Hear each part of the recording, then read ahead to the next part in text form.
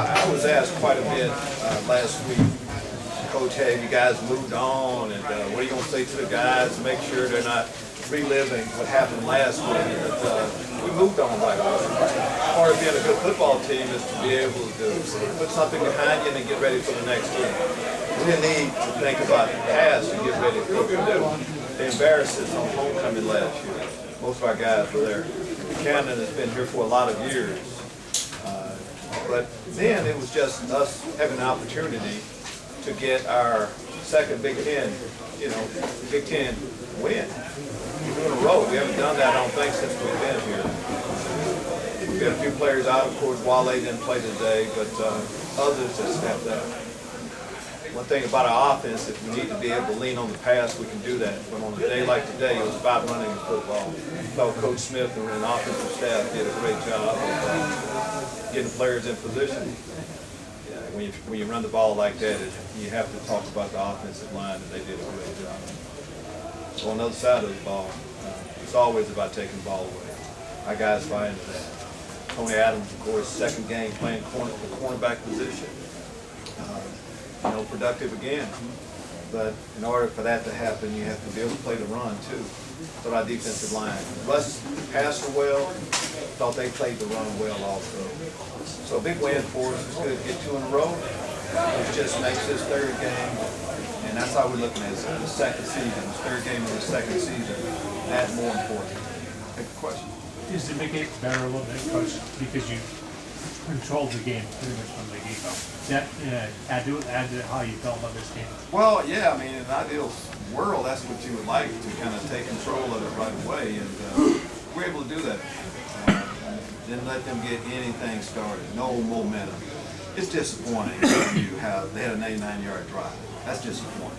Because, and for them to score on a day like today when the defense plays, such good football.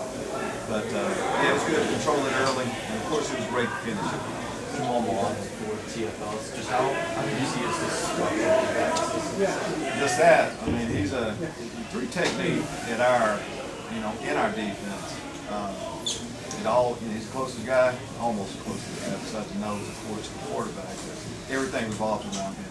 And we have a good player there. When he's healthy, he's a disruptive player like that. Not just on the run, of course, the pass too. Good to him to have a game like that. Lovie, what's the seem to have settled into the forwards in the secondary for the most part when you rotate? What has that done to your defense that you never thought? If you look at our offensive line, they pretty much played together, for themselves for about 3 years. Okay, perfect. I got my I tell you how important that is. I'll just wait In an ideal world, we want to do that for all positions on our team.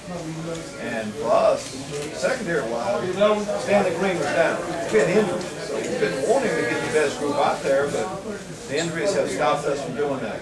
But 2 weeks in a row playing this crew, we feel pretty good. Does that allow you to get more aggressive up front at all? Does that change what you can do? That allows us to play our defense. It's not like we're not going to blitz 90% of the time. We didn't do that today. It's about just good, sound football, staying in your gap, get an opportunity to take the ball away, you do that. I mean, these last 8 quarters, the best you've seen your defense perform. I think it's easy to say that. Yeah, I would jump on that bandwagon for sure. Not just, you said D-line, correct? Yes. I'm going to say front seven, back end, these last 4 quarters. And even before that, there's been signs. We just haven't been able to play consistent ball. The team has played pretty good, consistent ball. I mean, how about every game I've talked about Blake Hayes. Look at him again today. I brought him into the defensive meeting Wednesday. We started with Blake Hayes. Guys, he's going to pin the opponent down there. When we get him pinned down there, we have to be able to make a play. It's going to happen time after time. Can't tell you how important he is to our team. Have you seen a better punt than the one that went out? His first one that went out at the 1-yard line? Right now, that's my top one. Yeah, I mean, but knowing, Blake's got a few more games around here, it would surprise me if he's going to do something else that's even better. Coach, how impressed are you with what Dre Brown was able to do today, running hard, and then also just constantly just competing? I've been impressed with Dre Brown. It seemed like from the moment we got here. got followed when Kurt's got here, he had a lot of serious injuries, and he just keep fighting. Mature, just does everything the right way. He's a tough football player. I mean, what you want to, fighting a Illini football player to look like, act like, on off the football field, what better example than him? And that we need him on a day like today. Rod talked about Rayvon Bonner too, running when he came in the game for the first time. He went right at it and got 2 good runs for you right off the bat. Similar runner, Randy Corbin brings something different. Jakari Norwood brings something different. But a day like today, you need it. And Rayvon Bonner in between the tackle runners. And of course, the Dre Brown type guy with that offensive line. What read did you see Terry Adams make on that interception? It's an outstanding signature, cover 2. It's a great play with him, read the quarterback well. It's one thing to read the play well and get a break to be able to finish it. And to us, finishing wouldn't have been just an interception, getting it in the end zone. That's what he's capable of doing. How much credit do you have to give coaching and talking about the speed of what you want to do? Of course, when we play well, of course, coaches are involved in that. And when we don't play well, of course, the coaches are involved in that. When we play well, of course, it's a combination of both. When you got up this morning and saw you got over this morning and saw the rain, that's good. Were you happy with that? Bob, we're constantly checking the forecast on what type of so you knew. conditions we're going to play. So we had an idea it would be that. That's who we are, though. We're kind of set up to go on conditions like this. We were able to practice on the grass last week. It wasn't ideal conditions for us over there. We had a rainy day, too. But we feel like we're prepared for it. Well, you've always been steady, even through some turbulent times. How much do you think that paid off with this group when you're 2 and 4? That's a long, I can't remember way back then. Whether you win or you lose, each game we played, we tried to do our best, put the best group out there, worked hard in practice, and it's bigger than just one game. And it's going to try to keep continue to do our job. We haven't played our best football, but it's good for the team to put us up and win. There's something we haven't done since we've been here. Our football team is feeling it, but I can't wait to see what we do this very game. You can allow yourself, your staff, and players to start talking about it at this point. Well, we're going to talk. I tell you what we're going to really hit this week. You know what it is? Look, Rutgers. This is a big game for us. This is this is Dad's Day, right? Dad's Day coming up. You know how important that is? Last year we played Minnesota on Dad's Day. When your father walks, goes on the line walk with you into the stadium, and just to be able to have an opportunity to get a third Big Ten game, that's enough for us. Coach, with now back-to-back Big Ten wins, one of those beating Wisconsin, do you feel like the program's at its highest point it's been under your tenure so far? That's where y'all.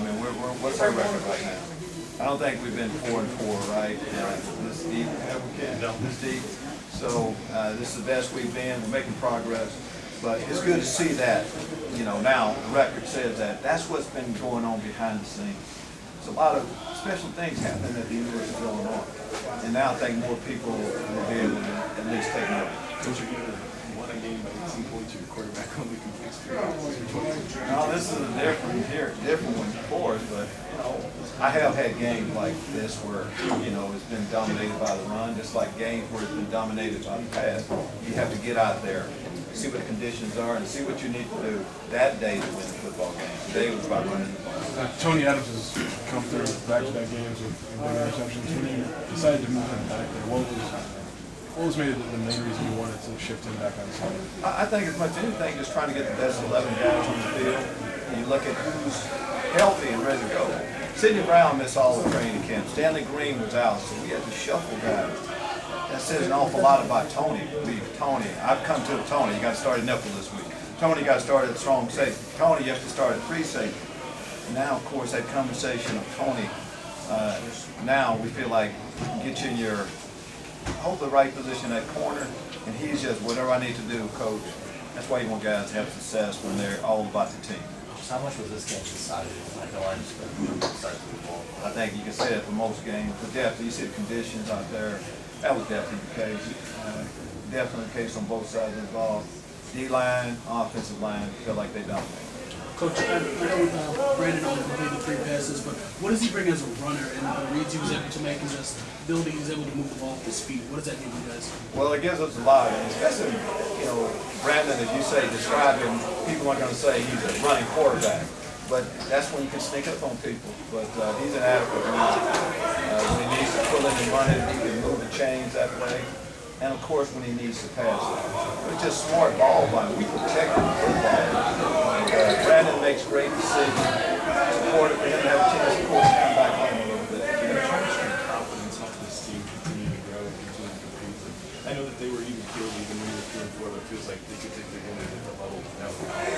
Well, I think that definitely helps when you have success doing that. You work hard in practice, when you have success with that, it makes you want more.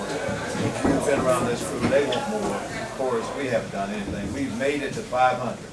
And when we say it's a new season, that's exactly where we are right now, and we like that position. Coach, I know the 24 hour taking effect yet, but what would 3 straight Big Ten games Means a lot. We're going to talk about that. We need to get the third. We need to get this third win. We're talking about where we haven't been, getting to 4-4, but that's not our goal. Wasn't to be a 500 football team when we started the season. Now we have a chance to get over that. Lovie, you have that late-based punt that is number 1 from the TA interception. How big of a momentum swing is that? And it's like that throughout games. You never know when that one play is going to really be the determining factor in the game. We constantly preach that, but when you see that happening, it has to help an awful lot. We need more plays like that. You never know. Next week we may, going back to, offensively, we may need to pass the ball most of the time next week. Next week we may not get a takeaway, and we need to find another way to get have success on the defensive side. It may not be Blake next week. It may be James stepping up, having to hit another field goal. Is the cannon riding home with you, or? Absolutely, it's our team. Our team. We didn't have to tell them. That's one of the neat things about college football. When you have you have an opponent, a rival, when you give a trophy out, it's pretty neat. It meant a lot. You saw our team. That meant an awful lot to them, and it's going to reside in Champaign for a while. One or two more points. Thank you.